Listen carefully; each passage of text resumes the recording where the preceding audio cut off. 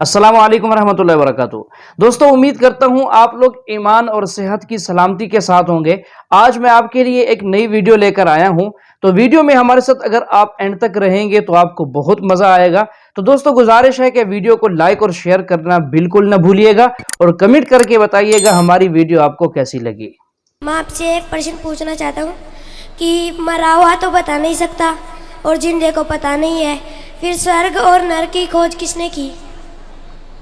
नरक और स्वर्ग की खोज किसने की? हाँ। अच्छा, आपने महाराणा प्रताप को तो देखा होगा अपनी हाँ। आंखों से। आपसे मिले हैं महाराणा प्रताप? नहीं, किताबों में मिले हैं। किताबों में मिले हैं? जैसे आपको महाराणा प्रताप किताबों में मिले हैं वैसे ही स्वर्ग नरक वेद पुराणों में मिले हैं। अब आप किताबों में लिखे महाराणा प्रताप को मानते हैं कि नहीं? हाँ। हाँ, उसी प्रकार स्वर्ग नरक हमने किसी ने देखा नहीं, मानते हैं इतिहास सबसे बड़ा गवाह होता है। उसी प्रकार वेद पुराणों से बड़ा कोई गवाह हो नहीं सकता। वो गवाह है इस बात के कि जो लिखा है इसलिए लिखा। फिर पुराणों में भी किसने ने तो ढूंढा होगा उसको? स्वयं भगवान। वेद पुराणों को किसने लिखा? स्वयं वेद व्यास जी, भगवान नारायण ही व्यास जी के रूप में अवतरित हुए। हमको लगता है कि ऐसा कुछ नहीं है, क्योंकि अगर स्वर्ग और नर्क है तो कौन देखा है, कौन जाके आया है और कहां पर है वो? अगर कोई गया है या किसने बोला है, मेरा माथा काम नहीं करता है। कहाँ है? मुझे कभी कभी लगता है कि ना भगवान है ना खुदा है। अगर नहीं भी माने फिर भी वो हमें सब कुछ देगा। क्यों हम लोग वेट करते हैं हिंदू मुसलमान बनने के लिए? ऐसा लगता है हमें। तो हमको बहुत जानकारी अभी बाकी है, हम जानना चाहते हैं कि मैं कभी सोचता हूँ कि खुदा है क्या नहीं है, क्यों लोग आपस में झगड़ते, स्वर्ग है क्या नहीं है, किसने देखा स्वर्ग है क्या नहीं है, तो क्या करना क्या जानना। भाई साहब आपने कभी किसी को 10 माले से खुद ही मारते देखा? भाई साहब नहीं देखा तो 10 माले से खुद ही मारेंगे? मारो खुद ही ना। क्यों नहीं मारेंगे? क्यों नहीं मारेंगे? क्योंकि मर जाएंगे। नहीं देखा फिर भी यकीन है। आपने किसी को मरते हुए देखा 10 माले से खुद ही मारते हुए? नहीं सर। सुना सिर्फ ना? सुना। यकीन क्या है ना अपनी बुद्धि पे। तो यही चीज, सब चीज देखना जरूरी नहीं। मैं स्वर्ग को देखूंगा तो ही मानूंगा। क्या आपको अमेरिका जाना जरूरी है मानने के लिए अमेरिका है क्या? नहीं। आज टेक्नोलॉजी बढ़ चुकी है भाई साहब। अब 10 माले से खुद ही मार के एक आदमी को मरते देखेंगे फिर ही बोलेंगे अच्छा 10 माले से खुद ही मारेगा तो इंसान मर जाएगा। ये जरूरी नहीं देखना। अपने बुद्धि से आपको इम्तिहान लेने पड़ेगा, क्या बात सच है क्या बात गलत है। तो आप जब पढ़ते हैं, जो शास्त्र पढ़ते हैं जो आपकी बुद्धि को नहीं संतुष्ट करता है, आप उसमें नहीं मानते। तो ऐसे शास्त्र पढ़ो जो आपकी बुद्धि को मनवाएगा। और मिसाल के तौर के ऊपर कुरान मजीद, आज अगर आप साइंस और टेक्नोलॉजी के हवाले से कुरान मजीद चेक करते, कुरान मजीद में एक भी आयत नहीं जो साइंस के खिलाफ है। आज आप 80% चीज मिसाल के तौर पे साइंस के जरिए कुरान मजीद की साबित कर सकते। 20% एम्बिग्युअस है, नीदर सच नीदर गलत। मिसाल के तौर पे साइंस ने ये साबित नहीं की क्या स्वर्ग है या नरक है, बराबर। साइंस ने ये भी नहीं साबित की कि दूसरी जिंदगी है, पुनर्जन्म, लाइफ आफ्टर डेथ। लेकिन अगर 80% 100% सही है, 20% डाउटफुल है, नीदर राइट नीदर रॉन्ग, मेरी लॉजिक कहती है कि इंशाअल्लाह ये 20% भी सही रहेंगी। ये अंधविश्वास नहीं है, ये लॉजिकल विश्वास है। तो कुरान में बाकी साइंटिफिक फैक्ट के अलावा ये भी लिखा है कि स्वर्ग है नरक है। तो ऐसी किताब पढ़ो जिससे आपका मन संतुष्ट हो। आप कुरान मजीद पढ़ो, इंशाअल्लाह आपको यकीन आएगा स्वर्ग और नरक में। आप आके कुरान मजीद ले सकते हो भाई साहब। सर, स्वामी विवेकानंद बोलते हैं कि स्वर्ग और नर्क अपना दिल में है। तो ये कैसे बोल दिया? ये बहुत बड़ा पंडित है। स्वामी विवेकानंद ना कि खुदा है क्या? आप वेद की बात मानेंगे, स्वामी विवेकानंद की बात मानेंगे? सर, हम लोग यंग तो बहुत उसको फॉलो करते हैं। हाँ, अगर कोई आदमी ने गलत किया, इंसान गलती कर सकता है क्या नहीं? इंसान गलती कर सकता है क्या नहीं? कर सकता है सर। कर सकता है। तो कोई इंसान कुछ चीज कहता है, आपको देखने पड़ेगा वो सही है क्या गलत है। मैं भी इंसान हूं, मैं भी गलती कर सकता हूं। गलती क्या तो बोलूंगा सॉरी भाई, इंसान हूं, गलती कर सकता हूं। कर सकते क्या नहीं? तो अगर स्वामी विवेकानंद वेद के खिलाफ बात करते तो उसकी बात मत मानो, जो बात वो वेद के मुताबिक करते वो बात मानो। आप समझ रहे? मेरा भी कोई जुमला मिला जो कुरान के खिलाफ है, मेरे जुमले को भी फेंक दो ना। स्वामी विवेकानंद, दूर की बात है। मैं अगर कुछ कुरान और सही हदीस के खिलाफ बोल रहा हूं तो मेरी बात भी मत मानो। मेरा दो स्टैंडर्ड नहीं, मेरा डबल स्टैंडर्ड है, वन स्टैंडर्ड है। जो खुदा ने बोला, खुदा की किताब को मानो, उसके ऊपर अमल करो। लोग अक्सर आपको खुदा की किताब से दूर लेके जाते। मैं यहाँ आया हूँ लोग को खुदा की किताब के नजदीक लेके आने के लिए। रास्ता चाहे अलग अलग हो पर मंजिल सबका एक है। सबका मंजिल जो है खुदा, वही तो भगवान है। और उस मंजिल तक पहुंचने के लिए मैं मानता हूं आप एक ऐसा सीढ़ी है और हम भटके का राह दिखाने वाला इस दुनिया में एकमात्र आप हैं। तो इस मेरे लाइन में आप कुछ बोलिए। मैं और एक बात कहना चाहता हूं सर, मैं आपको एक वृक्ष की तरह देखना चाहता हूं, ट्री की तरह, गाछ की तरह, जो कोई शर्त बिना ही अपना ऑक्सीजन देते हैं, फल मूल देते हैं। मैं ऐसा आपको देखना चाहता हूं। मैं बटा हुआ नहीं देखना चाहता आपको। मैं चाहता हूं आप मेरा बने, सबका बने, हिंदुस्तान का बने, पूरा दुनिया का बने। आप ही आप रहे, मैं ये चाहता हूं। सारी तारीफ अल्लाह के लिए है। मैं इन तारीफ का हकदार नहीं हूँ, लेकिन आपने जो शेर और शायरी सुनाई, अल्हम्दुलिल्लाह। मैं ये कहना चाहता हूँ कि हिंदू भी इंसान है, मुस्लिम भी इंसान है, ईसाई भी इंसान है, सिख भी इंसान है। ये सारे इंसान हैं और हम सारे इंसान एक ही माँ बाप से पैदा हुए, आदम और हव्वा अलैहिस्सलाम, और उनके हम संतान हैं। इसीलिए अल्लाह ताला फरमाते हैं कुरान मजीद में सूरह इसरा में, सूरा नंबर 17 आयत नंबर 70 में अल्लाह ताला फरमाते हैं वलक़द कर्रमना बनी आदम, कि अल्लाह सुब्हानहू व तआला ने सारे आदम के बच्चों पे करम फरमाया। आप चाहे इंडिया में रहो या पाकिस्तान में या सऊदी अरेबिया में या यूएसए में या यूके में, चाहे आप मुसलमान के घर में पैदा हो या हिंदू के घर में या ईसाई के घर में या सिख के घर में, अल्लाह ताला ने सारे बनी आदम पे करम फरमाया।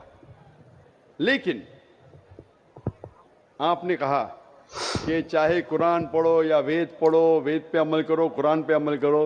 अभी जैसे मैंने कहा कि जैसे जैसे ज़माना गुजरता गया, जितने धार्मिक किताब है, इन सारी धार्मिक किताबों में कुरान को छोड़ के तब्दीली आने लगी। और इन धार्मिक किताबों के स्कॉलर्स को आप पूछेंगे, चाहे वो वेद के स्कॉलर्स हो, चाहे महाभारत के स्कॉलर्स हो, चाहे बाइबल के स्कॉलर्स हो, वो कहेंगे कि वक्त के दौरान इसमें काफ़ी इंटरपोलेशन आने लगा। तो अभी हम कैसे जाने क्या सच है क्या हक है?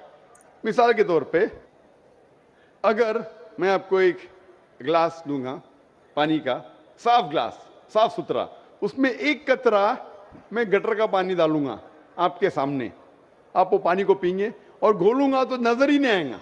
एक कतरा डालूंगा गटर का पानी, नजर आएगा घोलने के बाद? नहीं। आपको जब पता है कि एक कतरा गटर का पानी, तो पिएंगे? नहीं सर। हाँ कि नहीं? नहीं सर। हाँ कि नहीं? नहीं, नहीं पिएंगे। अगर नहीं देखे, चुपके से कोई मिला दिया तो शायद पी लेंगे। तो अक्सर लोग को ये नहीं पता है कि मिलावट हो चुकी है। मेरा ये कहना है, जिस तरीके से मैंने कुरान मजीद की आयत की तिलावत की आज के इस सेशन के पहले, सूरह इमरान सूरा 3 आयत नंबर 64 में अल्लाह ताला फरमाते तालू इला कलिमतिन सवाइम बैना बैनकुम, आओ हम उस बात की तरफ जो आप और हम में यकसा है। सबसे पहली बात, अल्लाह नाबुदा इल्लल्लाह, कि हम सिर्फ एक अल्लाह सुब्हानहू व तआला की इबादत करें। तो मेरी ये इल्तिजा है लोगों से, सारे इंसानों से, चाहे वो हिंदू हो, क्रिश्चियन हो, चाहे वो मुस्लिम हो, कि मैं उनसे कहता हूं कि कम से कम आप ये तो मान लो कि एक किताब 100% खुदा की तरफ से। तो वो हिंदू कहेगा मुझे कोई एतराज नहीं मानने के लिए कि वेद 100% खुदा की किताब है। वो क्रिश्चियन कहेगा मुझे नहीं एतराज है मानने के लिए कि बाइबल 100% खुदा की तरफ से। वो मुसलमान कहेगा मुझे कोई एतराज नहीं मानने के लिए कि कुरान 100% खुदा की तरफ से। तो मैं कहता हूं कि जो ये तीनों किताबों में यकसा है, कम से कम उस पर तो अमल करे। जो डिफरेंस है वो कल डिस्कस करेंगे। Let us agree what is common, let us follow. जो यकसा है उसके ऊपर तो किसी को एतराज होना ही नहीं चाहिए। तो ये फॉर्मूला लोग क्यों नहीं इख्तियार करते? लोग क्या करते नॉर्मली इंटरफेथ डायलॉग में, हिंदू पंडित आके बोलते हैं सर्वधर्म सब धर्म एक है, वो मुस्लिम आके बोलेगा सब धर्म एक है, वो क्रिश्चियन पादरी आके बोलेगा सब धर्म एक है। ये सिर्फ नाटक है। अगर सारे धर्म एक है तो मैं हिंदू से कहूंगा अगर सब धर्म एक है तो मुसलमान बन जाओ। पंडित बोलेगा नहीं। वो क्रिश्चियन से कहूंगा सब धर्म एक है तो फादर को बोलूंगा अब हिंदू क्यों नहीं बन जाते? मैं ये नहीं कहता हूं सब धर्म एक है, सब धर्म में अच्छाई है। जो यकसा है उसके ऊपर अमल करो, जो यकसा नहीं है उसको डिस्कस बाद में करेंगे। कम से कम जो यकसा है उसके ऊपर तो अमल करें, इसमें किसी को एतराज नहीं होना चाहिए। मैं कभी भी तकरीर में बाकी धर्म की गलतियां नहीं निकालता हूं, उनकी अच्छाइयां पेश करता हूं। जो यकसानियत है उसको दिखाता हूं मैं। अनलेस कोई डिबेट में मुझे मजबूर करे तो अलग बात है, लेकिन अक्सर मैं धर्म की अच्छाइयां बयान करता हूं और जो यकसानियत है उसके ऊपर अमल करने के लिए कहता हूं। इसीलिए मैं कहता हूं अगर Christian means a person who follows the teachings of Jesus Christ peace be upon him, अगर ईसाई अब उसे कहते हैं जो ईसा अलैहि सलाम का कहना मानता है, तो मैं कहता हूं मैं और हम मुसलमान ईसाइयों से ज्यादा ईसाई है, ईसाइयों से ज्यादा ईसाई है। क्योंकि अगर आप बाइबल पढ़ेंगे ईसा अलैहि सलाम क्या फरमाते हैं, हम मुसलमान उसके ऊपर ज्यादा अमल करते हैं। बाइबल में लिखा है कि ईसा अलैहि सलाम फरमाते हैं कि एक भी चीज अगर आप ओल्ड टेस्टामेंट की नहीं मानेंगे तो आप जन्नत में नहीं जाएंगे। बाइबल में लिखा है बुक ऑफ लेविटिकस में कि आप सूअर का गोश्त मत खाओ। Book of Deuteronomy chapter number 14 verse number 8 में, book of Isaiah chapter number 65 verse number 2 से 5 में लिखा है सूअर का गोश्त मत खाओ। हम मुसलमान नहीं खाते लेकिन अक्सर ईसाई खाते। बाइबल में लिखा है बुक ऑफ एफिसियंस में चैप्टर नंबर 5 वर्स नंबर 18 में कि आप शराब मत पियो। Book of Proverbs chapter number 20 verse number 1 में क्या शराब नहीं पीना चाहिए। हम मुसलमान शराब नहीं पीते, अक्सर ईसाई शराब पीते। बाइबल में लिखा है Gospel of Luke chapter number 2 verse number 21 में पढ़ेंगे ईसा अलैहि सलाम का खतना किया गया था 8 दिन पे। मुसलमान की खतना होती है लेकिन अक्सर ईसाई की खतना नहीं होती। तो अगर आप देखेंगे कि ईसाई का मतलब वो कि जो ईसा अलैहि सलाम का कहना मानता है, तो आप बाइबल पढ़ेंगे तो आप जानेंगे मुसलमान ईसाई से ज्यादा ईसाई है। उसी तरीके से आप हिंदू की किताब अगर पढ़ेंगे, हिंदू मानी क्या कि हिंदू एक्चुअली ज्योग्राफिकल डेफिनेशन है भाई साहब। हिंदू मीन्स, ये सबसे पहले हिंदू किसने लफ्ज दिया था? अरबों ने जब हिंदुस्तान में आए, उस टाइम हिंदुस्तान कहने जाता था, जब अरब आए तो यहां कहने लगे हिंदी। हिंदी जो ये इंडस वैली सिविलाइजेशन था, इस अतराफ में जो भी लोग रहते थे उसे अरब कहते थे हिंदी। तो ये लफ्ज हिंदू आया अरबों से। इसीलिए मैं आज भी जब जाता हूं सऊदी अरेबिया, लोग कहते हिंदी हिंदी हिंदी। तो ज्योग्राफिकली मैं हिंदू हूं, जो हिंदुस्तान में रहता है वो हिंदू है। और पंडित जवाहरलाल नेहरू कहते हैं कि ये लफ्ज हिंदू कोई भी हिंदू शास्त्र में आपको नहीं मिलेगा जब तक मुसलमान हिंदुस्तान में नहीं आए। अरब हिंदुस्तान आने के बाद ये लफ्ज हिंदू उनके शास्त्र में आया। उसका मतलब ये लफ्ज हिंदू दिया मुसलमानों ने। तो Hindu is a geographical definition. तो उस डेफिनेशन से मैं हिंदुस्तान में रहता हूं और मुझे गर्व है कि मैं हिंदुस्तानी हूं। तो उस डेफिनेशन से मैं हिंदू हूं। और अगर आप बोलते धार्मिक वेद पढ़ेंगे तो वेद को पढ़ चुका हूं मैं, भगवत गीता पढ़ चुका हूं, महाभारत पढ़ चुका हूं। जो यकसानियत है उसके ऊपर अमल करता हूं। जो अहम है, जो ब्रह्म सूत्र हिंदुइज्म का एकम ब्राह्मण द्योत्या नास्ते नैना नास्ते किंचन, भगवान एक ही है, दूसरा नहीं है, नहीं है, नहीं है, जरा भी नहीं है। तो ये कहना मंजिल एक है और रास्ते अलग है। मंजिल एक है लेकिन रास्ते अलग है, ये कह रहे हैं। मैं कहता हूं कि मंजिल अगर एक है, अगर आपको जाने का है, किधर भी जाने का है तो एक डायरेक्शन ही रहेगा ना। फिर चाहे आप ट्रेन से जाओ, चाहे बस से जाओ, चाहे प्लेन से जाओ, दिशा लेकिन एक होना चाहिए। आपकी दिशा ही गलत है तो पहले मंजिल को तो तलाश करो। मंजिल क्या है पहले वो तो जान लो। तो सारी धार्मिक किताब में मंजिल एक ही है कि खुदा एक है, उस खुदा का कोई अक्स नहीं है। और सिर्फ उस खुदा की इबादत करना चाहिए। और सारी किताबों में, चाहे बाइबल हो, चाहे वेद हो, कुरान में लिखा है कि आखिरी पैगंबर जो आपको रास्ता दिखाएंगे मोहम्मद सल्लल्लाहु अलैहि वसल्लम में। बाइबल आप पढ़ेंगे, बाइबल में लिखा है गॉस्पेल ऑफ जॉन में चैप्टर नंबर 16 में वर्स नंबर 12 से 14 में ईसा अलैहिस्सलाम फरमाते हैं, I have many things to say unto you, but ye cannot bear them now. For he, when the Spirit of truth shall come, he shall guide you into all truth. He shall not speak of himself, all that he hears shall he speak. यहाँ ईसा अलैहिस्सलाम कहते हैं कि मुझे आपको बहुत कुछ कहना है, लेकिन आज आप समझ नहीं पाएंगे। जब वो शख्स आएगा, he when the Spirit of truth shall come, he shall guide you into all truth. वो जब आएंगे, वो आपको सच्चा रास्ता दिखाएंगे, और वो अपने आप से कुछ नहीं कहेंगे, जो उन्हें वही नाजिल होंगी वही कहेंगे, और वो मेरी तारीफ करेंगे।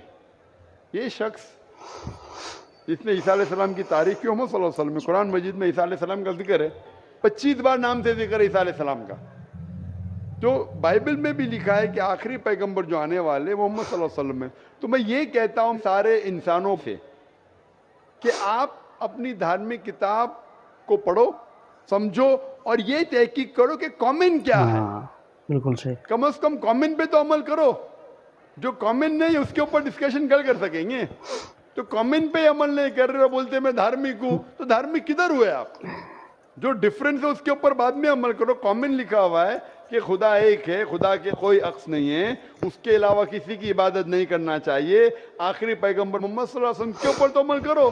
कमेंट लिखा है कि शराब मत पियो, कमेंट लिखा है औरतों को हिजाब करना चाहिए, बाइबल में भी लिखा है, वेद में भी लिखा है, कुरान में भी लिखा है। कमेंट ये लिखा है कि जुआ खेलना हराम है।